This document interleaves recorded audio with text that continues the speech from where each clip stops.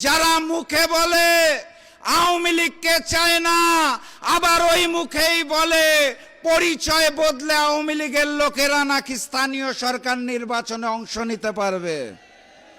মুখে এক আর তলে তলে ওই হিন্দুস্তান আর আওয়ামী লীগের সাথে সম্পর্ক রেখে যারা নতুন ফ্যাসিজম কায়দা শুরু করেছে তাদের কাছে বিচার চেয়ে কোনো লাভ নাই। আজ 23শে জুন ঐতিহাসিক দিন।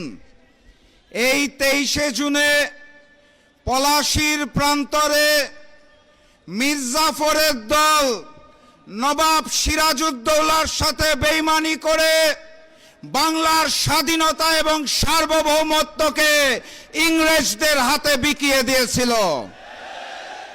আজ সেই 23শে জুন, যেদিন অপরাজনৈতিক সন্ত্রাসী সংগঠন আওয়ামী লীগের জন্ম হয়েছিল, যেই আওয়ামী লীগ পলাশীর বেইমানির চেতনাকে ধারণ করে বাংলাদেশের জনগণের সাথে বেইমানি করে গুম খুন হত্যা করে গণহত্যা চালিয়ে বাংলাদেশের স্বাধীনতা এবং সার্বভৌমত্বকে হিন্দুস্তানের কাছে বিকিয়ে দিয়েছিল।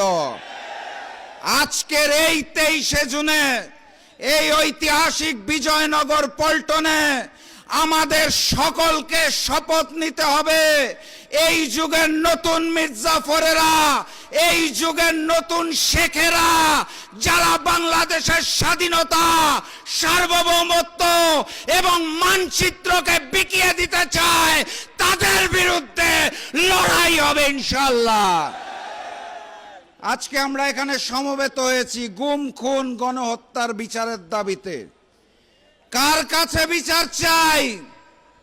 যারা মুখে বলে আওয়ামী লীগকে চায় না, আবার ওই মুখেই বলে পরিচয় বদলে আওয়ামী লীগের লোকেরা নাকি স্থানীয় সরকার নির্বাচনে অংশ নিতে পারবে। মুখে এক আর তলে তলে ওই হিন্দুস্তান আর আওয়ামী লীগের সাথে সম্পর্ক রেখে যারা নতুন ফ্যাসিজম কায়দা শুরু করেছে তাদের কাছে বিচার চেয়ে কোনো লাভ নাই। ওসমান হাদির হত্যাকারীরা কোথায়?